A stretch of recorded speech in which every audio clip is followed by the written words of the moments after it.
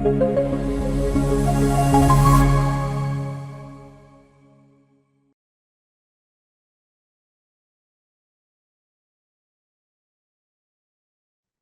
noches, ¿cómo están? Espero que muy bien.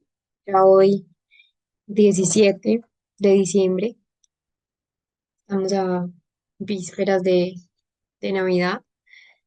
Vamos a continuar entonces con la clase. Ayer estábamos hablando principalmente de esas ayudas, de lo que son los sistemas aumentativos y alternativos de la comunicación, que vienen de hecho en diferentes componentes, vienen entonces también en la parte con pictogramas. Las ayudas generalmente vienen con pictogramas, pero que los pictogramas actualmente han avanzado, ya no solamente son de papel o físicos, sino que también vienen desde las tablets electrónicas, las tablets.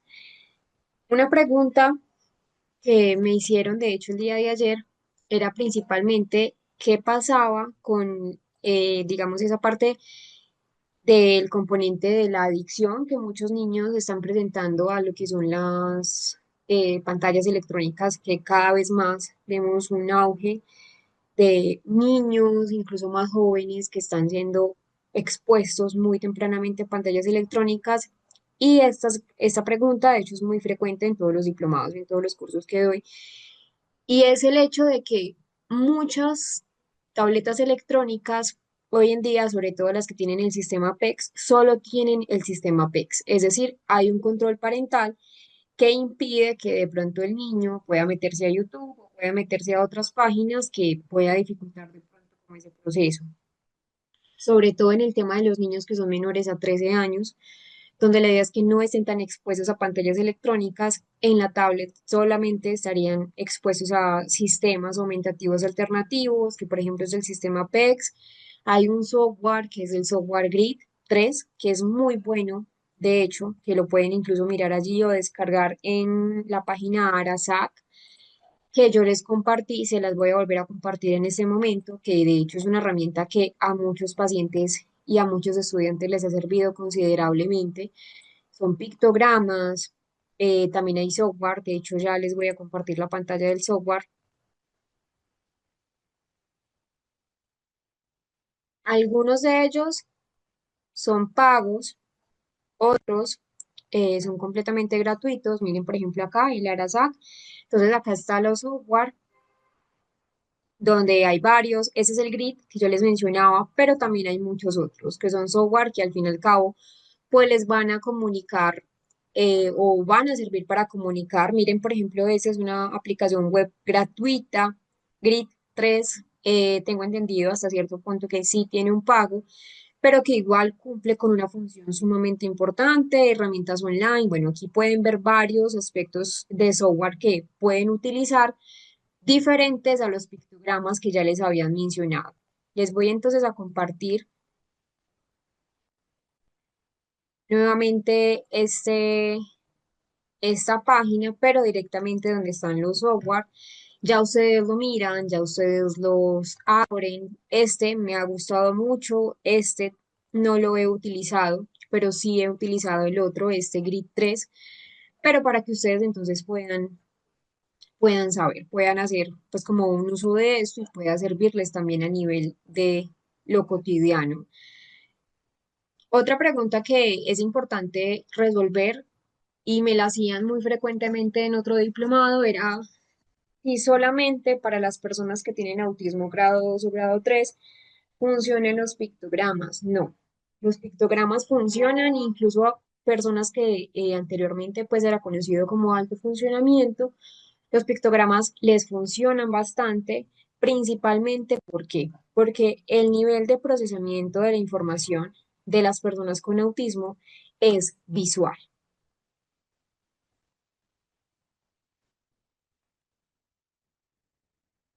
Pues de hecho es mucho mayor al auditivo o al táctil. Por eso se utilizan principalmente los pictogramas porque son una ayuda fundamental. De hecho, nada más ayer estaba reflexionando con un paciente y una madre que la madre me decía que no sabía, él tiene grado 1 de autismo, me decía, no sé de qué otra manera eh, poderle hacer caer en cuenta de lo que son las instrucciones, de la importancia, por ejemplo, de organizar su ropa. Siempre está teniendo pues como una independencia, entonces cuando llegaba a la cocina, lo que debía hacer era lavar los platos, pero se le dificultaba muchísimo lavar los platos porque no sabía qué debía hacer primero, es decir, se abrumaba considerablemente.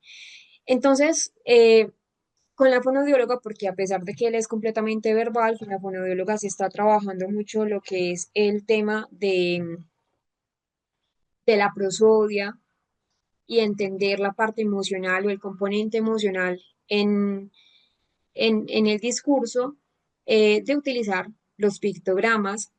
De hecho, hoy, pues cuando estaba hablando con la madre, sí, porque siempre se le hace un seguimiento y eso es muy importante, siempre hacerles un seguimiento, nos dimos cuenta que hoy lo logró hacer mucho mejor con pictogramas de una secuencia, que eran los que estábamos hablando ayer, que son estos de acá.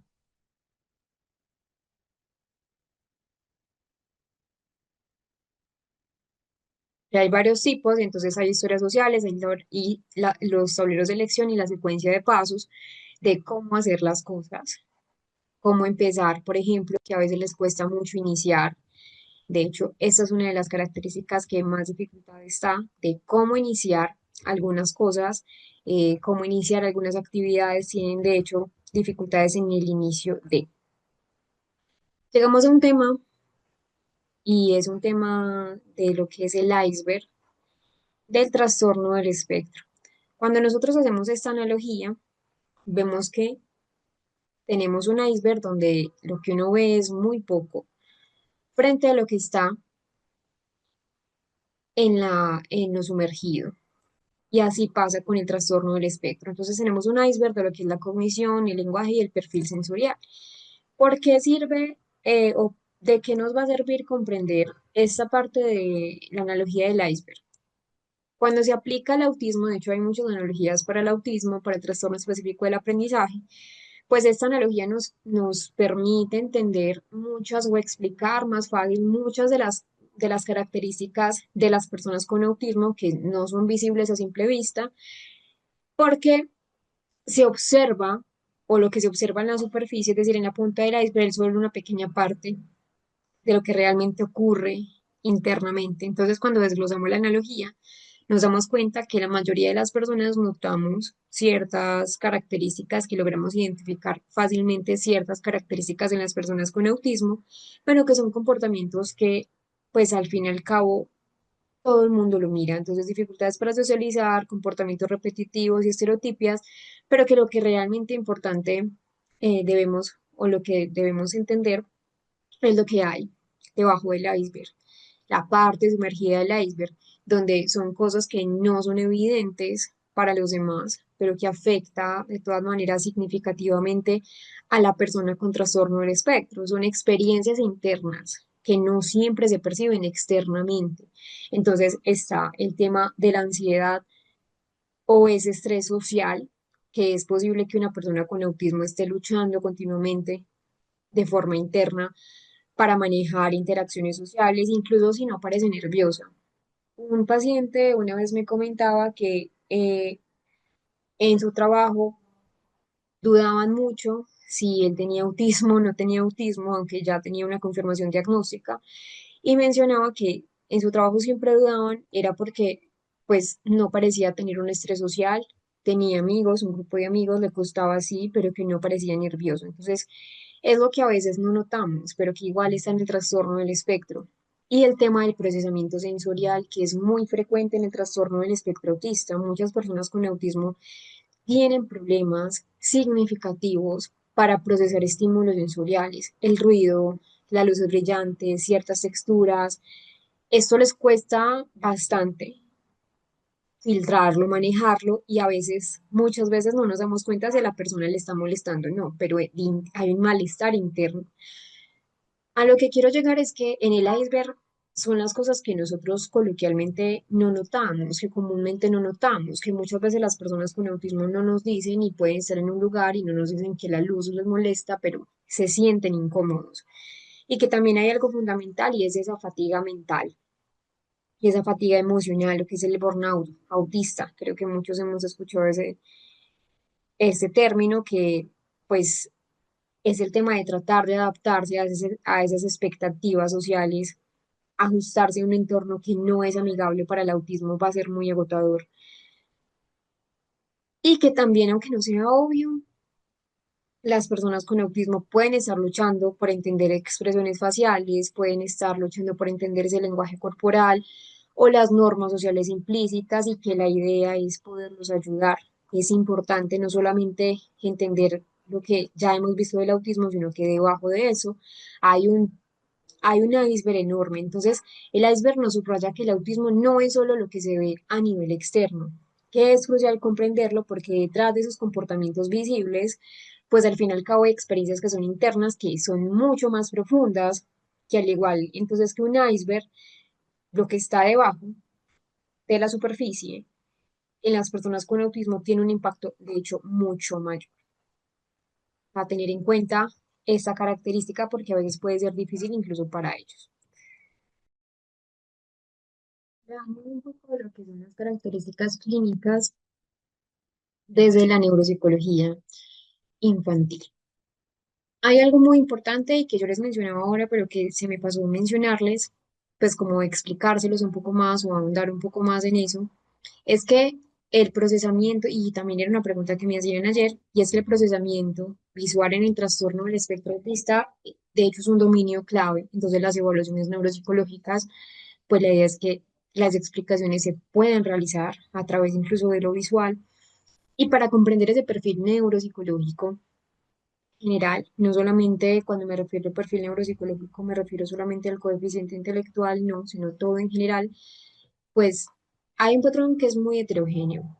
Hay fortalezas, sí, fortalezas que son específicas y también dificultades pues a nivel funcional, pero que por ejemplo hay una fortaleza muy grande en ese procesamiento visual, es decir, la percepción visual básica como la forma, el color, el contraste está muy buena, la discriminación visual es mucho mejor, la integración visoespacial tiene varias fortalezas, es decir, esa información visual que involucra varios subprocesos o componentes, la memoria visual también es buena, la integración visomotora también es buena.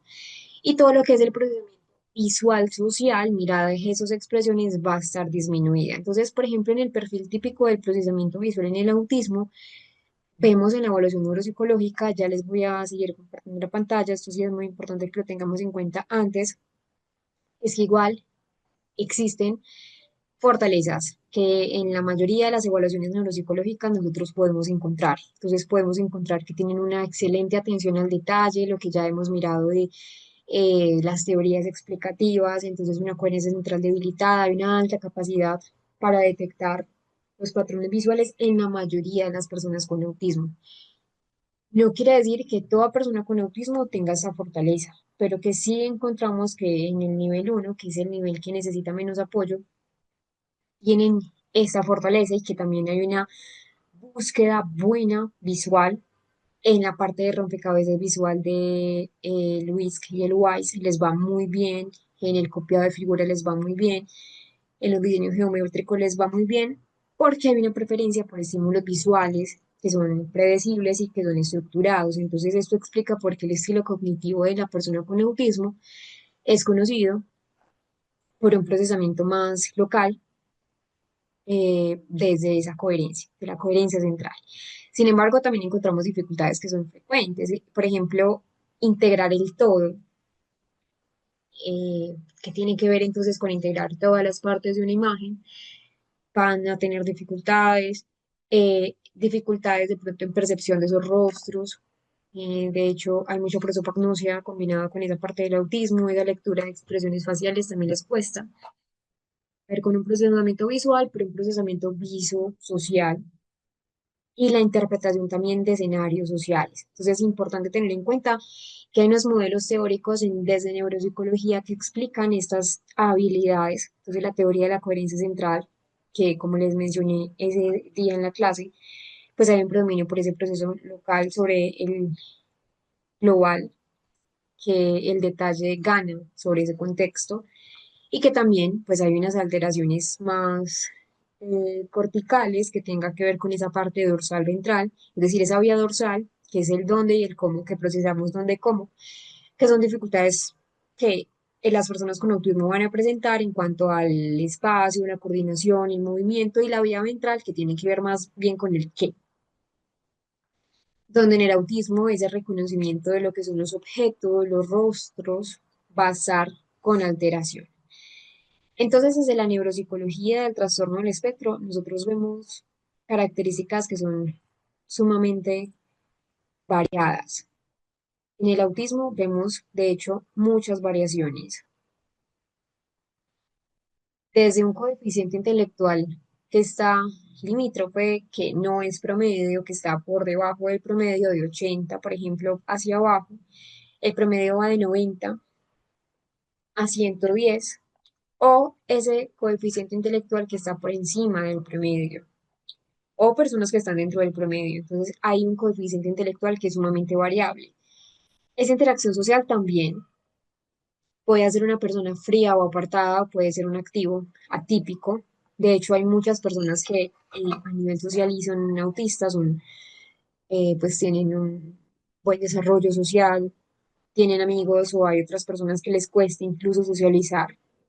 De hecho, tuve un paciente, el paciente que les mencionaba que tuve ayer, él es un adolescente, bueno, ya cumplió los 18 años, ya es un adulto joven, eh, tiene nivel 1 de autismo y no logró terminar el colegio, está próximo a terminar 11 acá en Colombia es el último grado en muchos colegios, pero no lo logró terminar porque no soportaba a sus compañeros, es decir, él decía que se sentía sumamente abrumado en el colegio, incluso en la casa se siente así y por eso se aparta.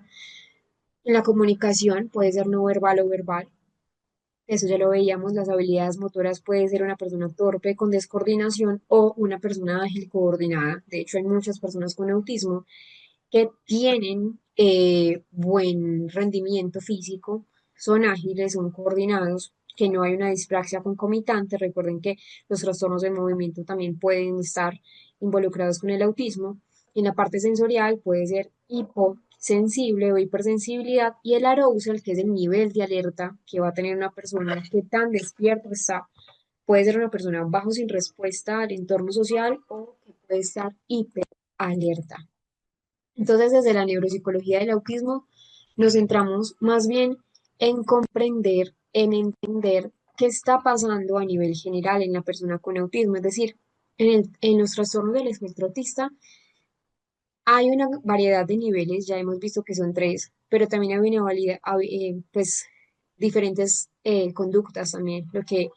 Lo que hacen los enfoques neuropsicológicos es poder evaluar esas necesidades a nivel individual para crear en cada persona pues un enfoque terapéutico, desde el procesamiento sensorial, desde la atención, desde la memoria, desde ese funcionamiento ejecutivo, desde ese lenguaje y la comunicación. Entonces, cuando hablamos de una evaluación neuropsicológica en el autismo, pues el objetivo siempre va a ser identificar cuáles son esos puntos fuertes, pero también cuáles son esas áreas de dificultad específicas para apoyar esas estrategias de intervención. Entonces, por ejemplo, si son pruebas de funciones ejecutivas, pruebas como Torre de Hanoi, el test de Wisconsin, que de hecho es muy bueno para evaluar esa flexibilidad, esa planificación, hacer una evaluación del lenguaje con pruebas como, por ejemplo, el SELF, que va a evaluar esa parte del lenguaje expresivo y comprensivo.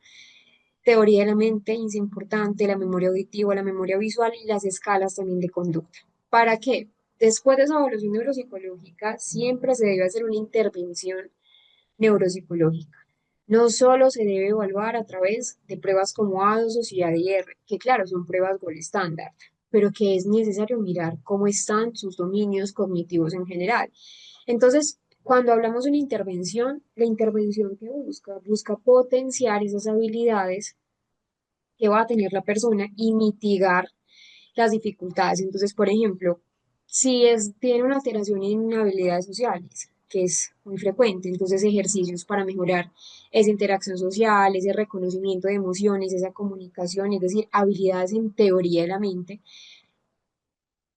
Se basa mucho la intervención en habilidades desde la flexibilidad cognitiva, desde la planificación, porque al fin y al cabo las funciones ejecutivas las estamos usando diariamente. Entonces, uso de herramientas visuales, organizadores gráficos para ayudar y planificar, es decir, estrategias compensatorias de esas funciones ejecutivas y también terapias de lenguaje, es decir, mejorar esa comunicación pragmática.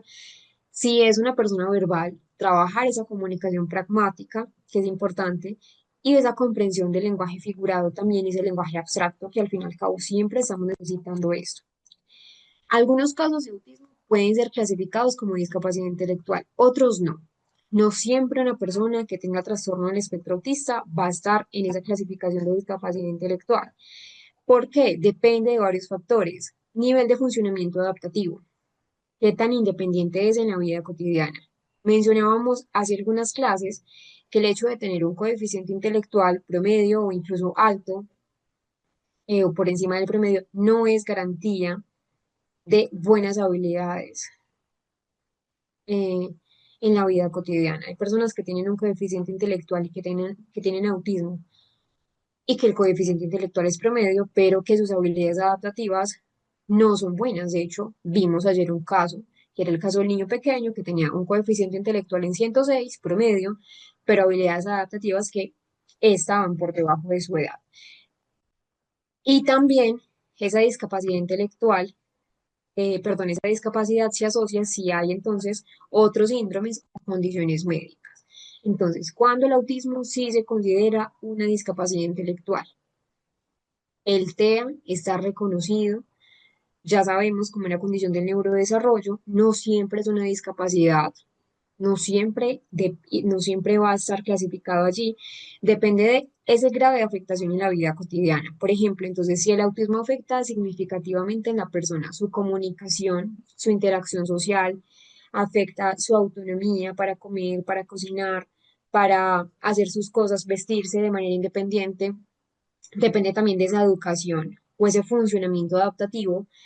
Ahí es cuando se puede considerar una discapacidad del desarrollo. En muchos países eh, cambia la situación legal y esto se valora mediante escalas de funcionamiento adaptativo como el ABAS-2 o la Vineland, que de hecho pues son pruebas principalmente para esa detección de cómo están esas habilidades adaptativas y poder entonces mirar ese grado de afectación en la vida cotidiana.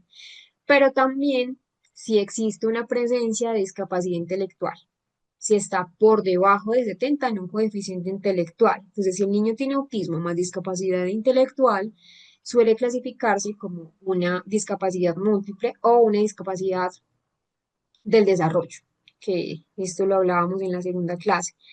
En este caso, ¿qué pasa? Tanto el coeficiente intelectual como esas dificultades adaptativas sustentan esa clasificación para una discapacidad del autismo. Y sí, hay una asociación, por ejemplo, con síndromes. Entonces, si está el niño con síndrome de Down, con X frágil, y que incluye autismo como parte de su cuadro, pues en estos casos sí se considera discapacidad debido principalmente a esa condición genética que está por encima del autismo. Importante entonces que el autismo no siempre se considera una discapacidad. Cuando no se considera, si el niño tiene una inteligencia en rango promedio superior, si hay buena función adaptativa, si hay buen lenguaje, si es completamente funcional, pero que solo esas dificultades están en esa interacción social y en los intereses restringidos. Solo en estos casos, aunque exista previamente un diagnóstico de autismo, eh, pues que anteriormente era llamado alto funcionamiento, no es el término usual, no siempre se reconoce legal o clínicamente como discapacidad, especialmente si no requiere apoyos sustanciales en su vida cotidiana. Pero existen personas que tienen grado 1 de autismo, que como les digo anteriormente era llamado eh,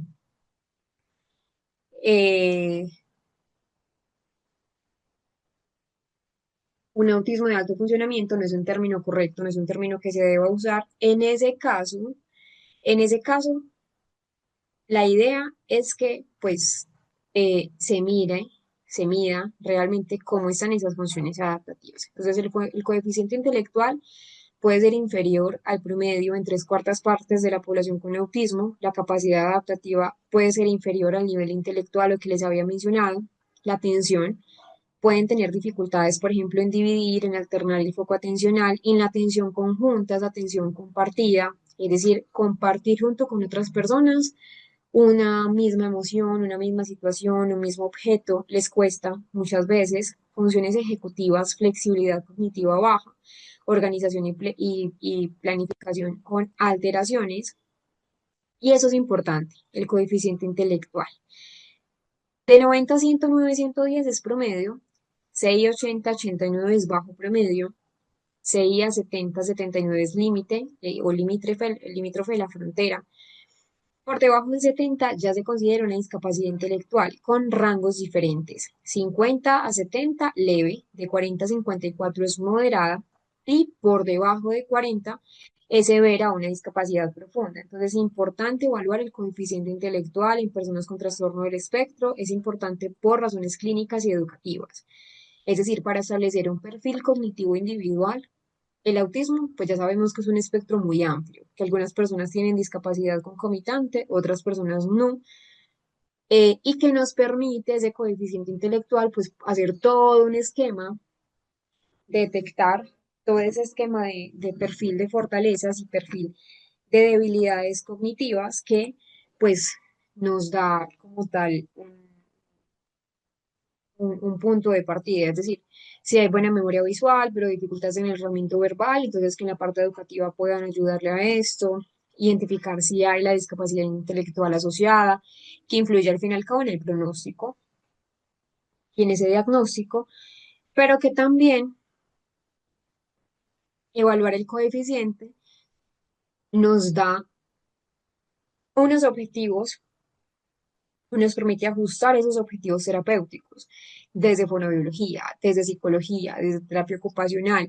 Nos permite también diseñar esas estrategias educativas adecuadas, entonces los currículos adaptados o apoyos escolares diferentes, ajustar el PIAR, ese ajuste razonable y obviamente tener en cuenta qué necesidades de apoyo en la vida cotidiana depende en la vida cotidiana del paciente. Entonces, importante entender que para diferenciar el autismo de otros diagnósticos, incluso el coeficiente intelectual nos va a servir.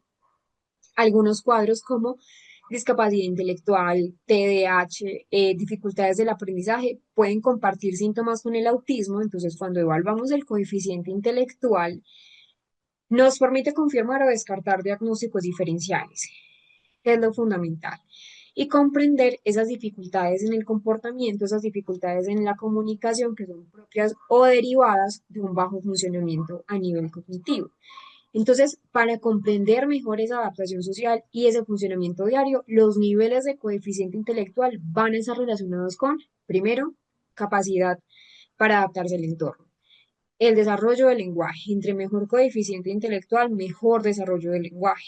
Y que también nos va a servir para esa autonomía personal y social. No solamente el coeficiente intelectual nos sirve para eso, sino que de hecho, eh, para evaluar esos procesos de, de seguimiento evolutivo en los niños con autismo, entonces evaluar progresos o evaluar de pronto estancamientos, el coeficiente intelectual, pues de hecho es una línea base, medir el impacto también de esas intervenciones educativas o el impacto de esas intervenciones a nivel terapéutica, reajustar apoyos si se requiere reajustar apoyos. Seguido de la memoria, fallas en procesos mnésicos como secundarias a otros procesos, por sobre todo la atención, memoria por reconocimiento, peor reconocimiento en discriminación de caras, lo que les mencionaba hace un rato, lenguaje, fallas en contenido, forma y uso del lenguaje en muchos componentes. Algunos pueden ser por completo no verbales o utilizar solo palabras individuales y habilidades perceptuales y visoespaciales, hiperatención a los detalles, disminución en el procesamiento de información de tipo social y alteraciones en esa capacidad de procesar estímulos complejos en movimiento. De hecho, esto también les genera dificultades en esas expresiones faciales, en esa interacción social. Vamos a ver un resumen de todo lo que hemos visto compilado en esta parte gráfica.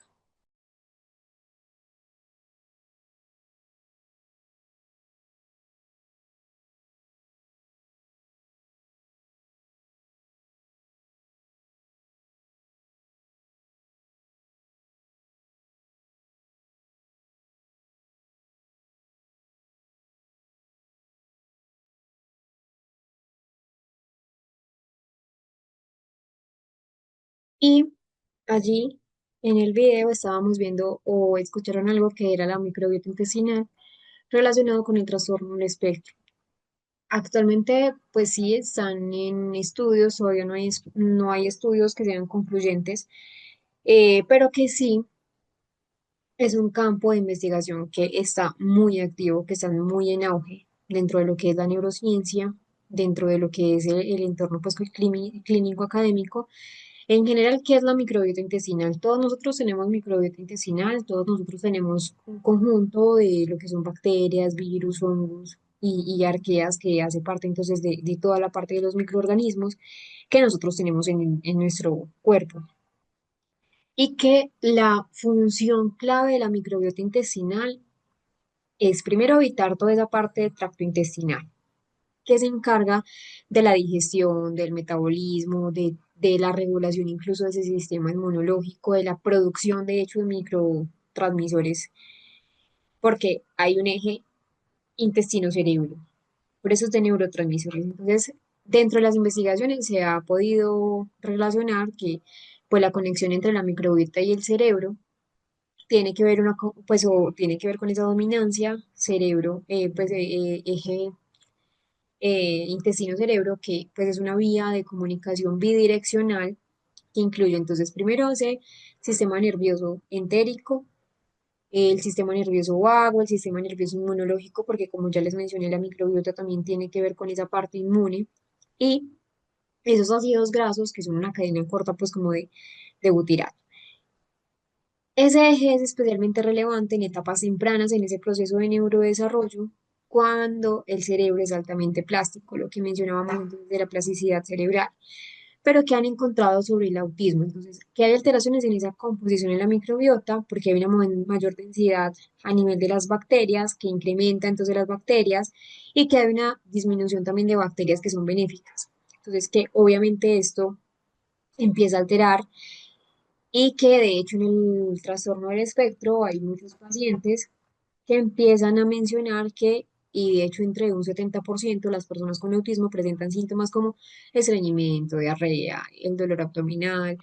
Por eso hablan entonces que hay como tal una neuroinflamación, pero como tal esa relación entre la microbiota intestinal y el trastorno del espectro autista, pues sigue siendo un proceso de investigación, sigue siendo pues una teoría, sí está bien estudiada todavía, pues como que en ese proceso, pero que todavía no hay una conclusión. Eso es muy importante tenerlo presente porque posiblemente dentro de un año, dentro de 2 años, pues esto cambie y ya podemos tener una conclusión que sí existe una relación clara entre la microbiota intestinal y el trastorno del espectro autista, pero pues por lo pronto siguen en estudios que todavía no son concluyentes. Vamos a hablar sobre esas generalidades del neurodesarrollo, cómo sería un desarrollo típico a cómo sería un desarrollo con alteraciones. Para poder conocer cómo sería ese desarrollo típico, cuál es lo ideal en el proceso de neurodesarrollo, necesitamos al fin y al cabo conocer cómo son los hitos o los parámetros esperados.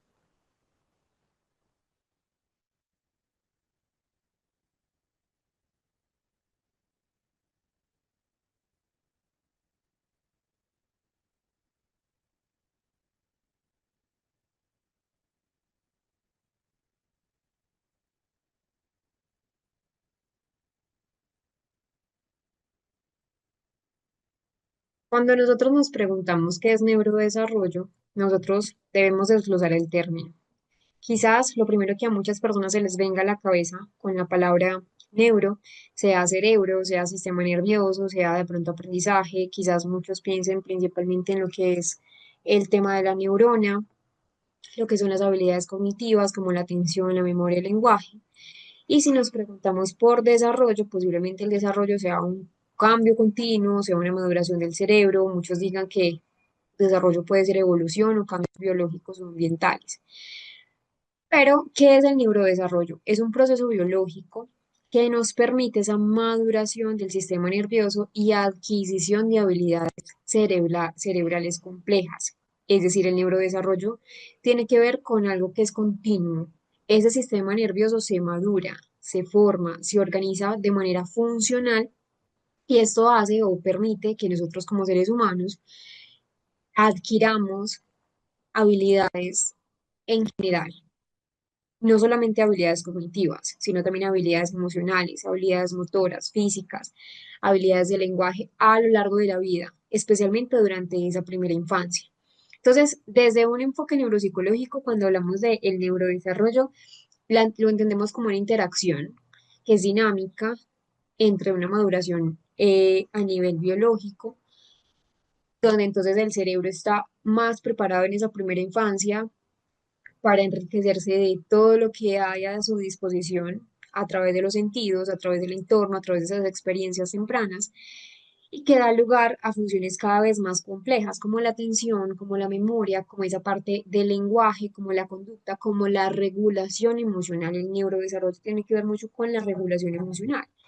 Ocurre desde ese inicio de la vida prenatal y es mucho más intenso en esa infancia y la adolescencia, pero que realmente continúa de forma más lenta durante la adultez, termina a los 25 años con esa maduración de los lóbulos prefrontales. ¿Por qué es importante saber lo que son los periodos del neurodesarrollo o qué es el neurodesarrollo? Porque conociendo y comprendiendo esas etapas de cada uno de los periodos del neurodesarrollo, nosotros nos vamos a poder entender o podemos tener un punto de partida para identificar cuándo un neurodesarrollo es esperado y cuando un neurodesarrollo de pronto tiene desafíos o tiene retrasos madurativos. Entonces, así, cuando entendemos un neurodesarrollo típico, vamos a poder comprender cómo es un neurodesarrollo atípico.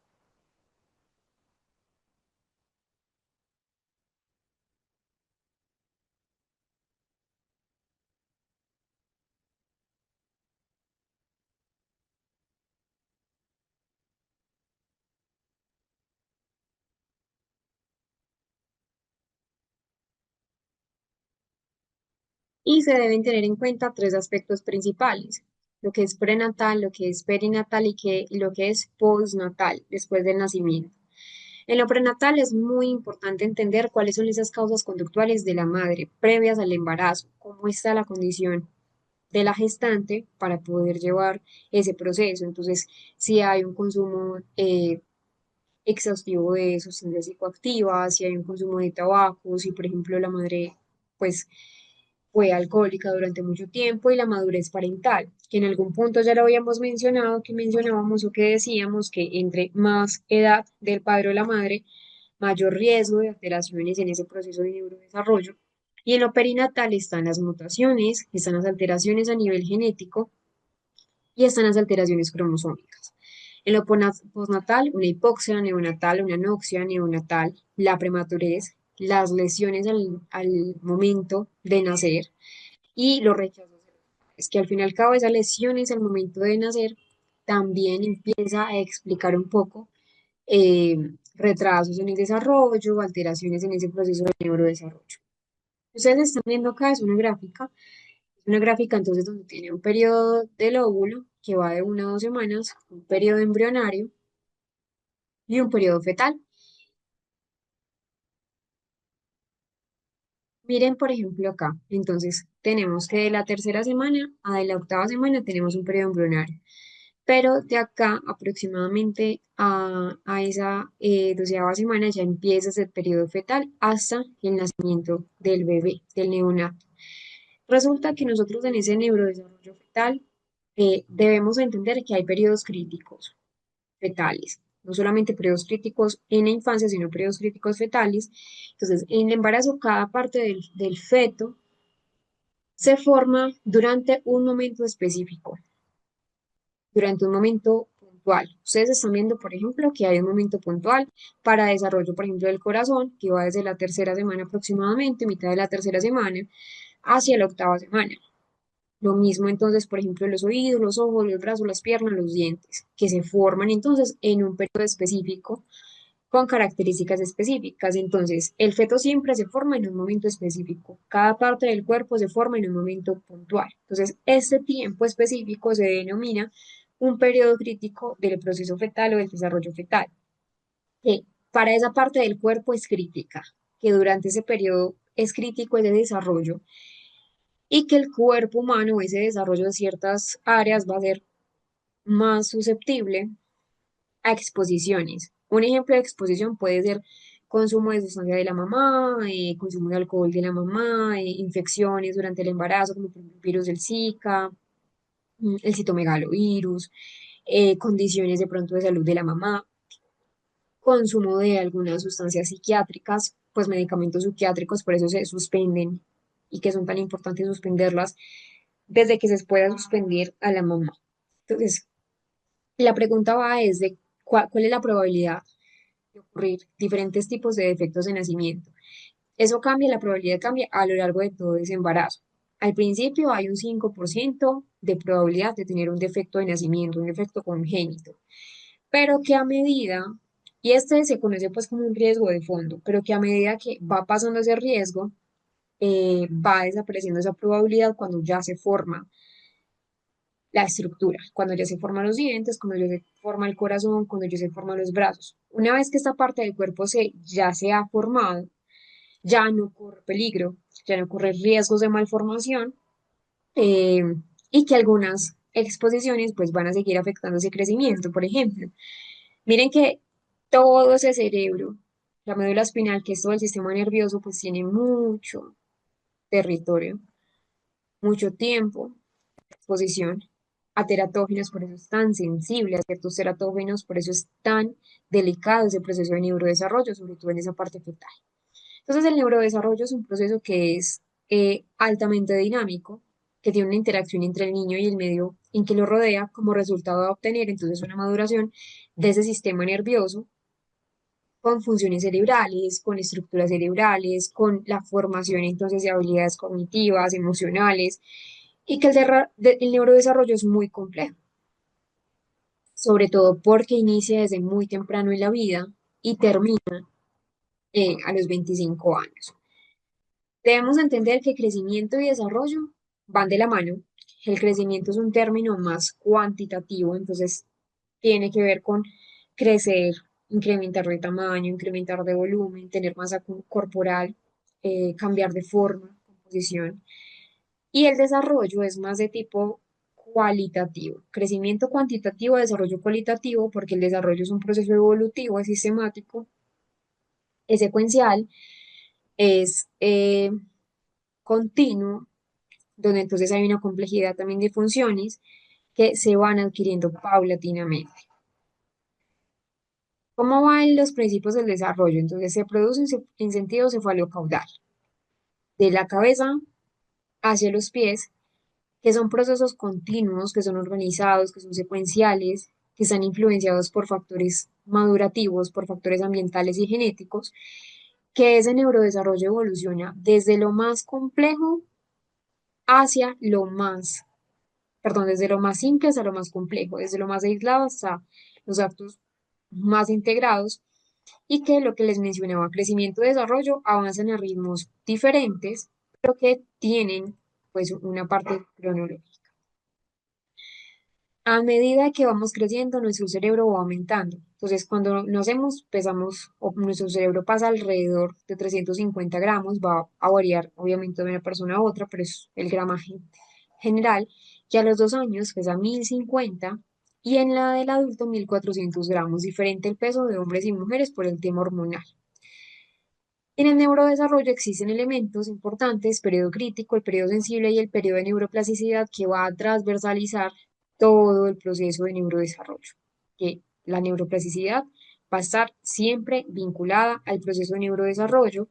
Nosotros siempre tenemos neuroplasticidad, incluso cuando ya estamos adultos, la neuroplasticidad no para. Eso sí, cuando somos adultos le debemos dar pues ciertos componentes como ayudas para poder tener mayor neuroplasticidad. Vamos a ir al receso. Hoy salimos un poco más temprano al descanso, pero salimos igual a la clase para que podamos continuar.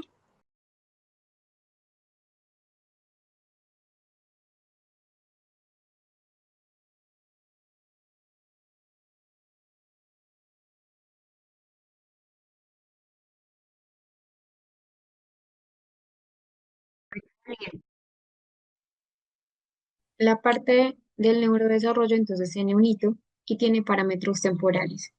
¿Qué es el hito? El hito es una conducta, es una habilidad, es una destreza específica que un niño debe lograr. Por eso hablamos entonces que siempre esa parte de lo que es un hito, que es una habilidad, debe tener un parámetro temporal. Es decir, debe estar previamente establecido en el tiempo y acá está mediado, está regido por dos componentes. Un componente que es periodo sensible y el otro componente que es un periodo crítico. Es decir, el cerebro no se desarrolla en todas partes de la misma manera. Existen áreas que maduran antes que otras, eso es lo esperado en el neurodesarrollo, pues hay momentos donde el cerebro está mucho más sensible, hay momentos donde el cerebro está mucho más receptivo para que pueda desarrollar ciertas habilidades que al fin y al cabo le permiten mantener ese ciclo vital, nos permite mantener ese ciclo vital como seres humanos, como individuos.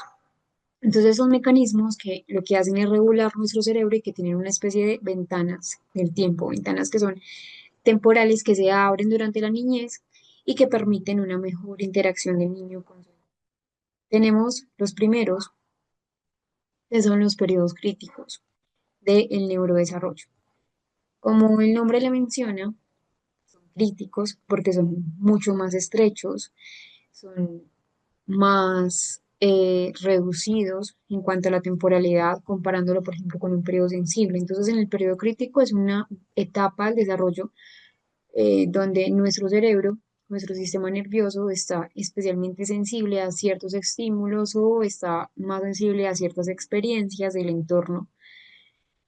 Y que durante esos periodos, porque ustedes ven ahí, allí que son varios, pues el cerebro tiene una plasticidad sumamente elevada, es decir, tanto en el periodo crítico como en el periodo sensible, transversaliza algo y es la neuroplasticidad de la que ya vamos a hablar.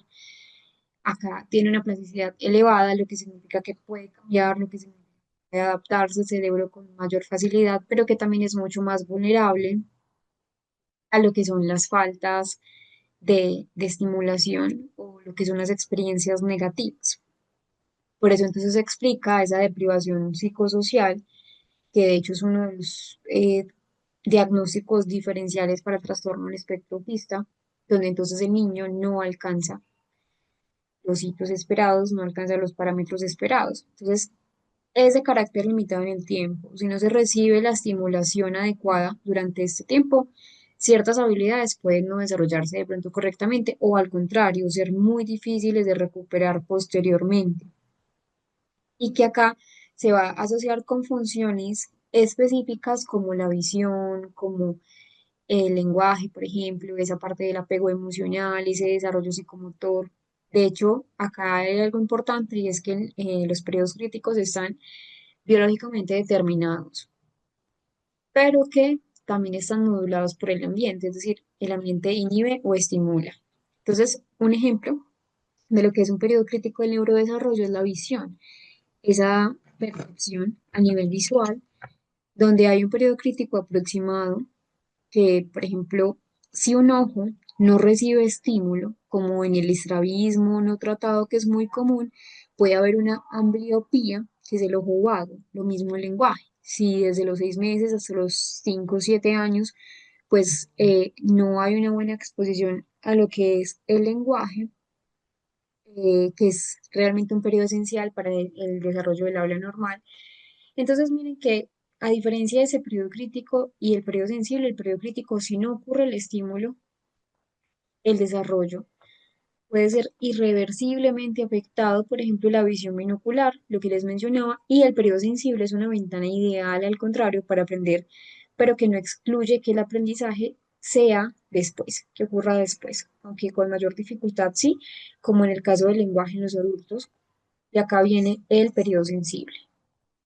El periodo sensible está modulado por lo que es el tema de la neuroplasticidad, que es sumamente fundamental.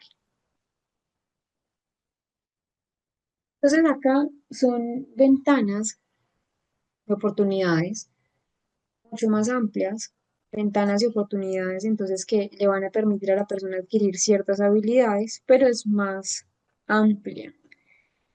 Es un periodo, es una etapa de neurodesarrollo en la que el cerebro está particularmente receptivo, pero a ciertos tipos de estímulos. Entonces va a facilitar el aprendizaje de habilidades específicas, pero que a diferencia de ese periodo crítico, el periodo sensible no es una ventana estrictamente cerrada.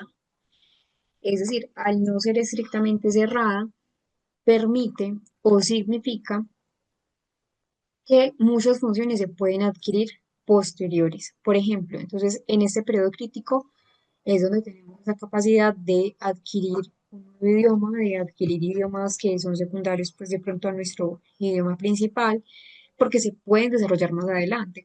Probablemente sí, con mayor dificultad, no es lo mismo aprender otro idioma, un segundo idioma a los 9 años, 12 años, que aprenderlo, por ejemplo, a los 60, a los 40.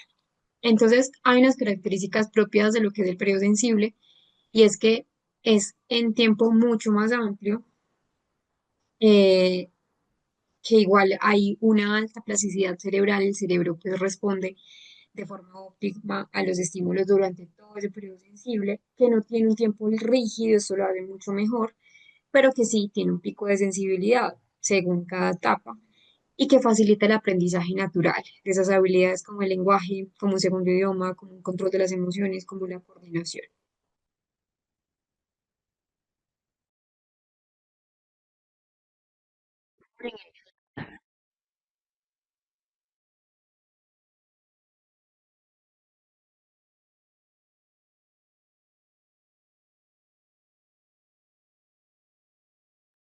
Recuerden que los periodos sensibles son mucho más amplios en relación a lo que son los periodos críticos. Periodo crítico, entonces, es una ventana en el tiempo que permite ese desarrollo de una determinada habilidad. Y el periodo sensible, entonces, es una ventana mucho más amplia en el tiempo que permite pues nuevas habilidades, más de aprendizaje, más de funciones. Y está el periodo de neuroplasticidad, que transversaliza todos y que es esa capacidad del cerebro de reponerse a noxas, de reponerse a lo que son alteraciones.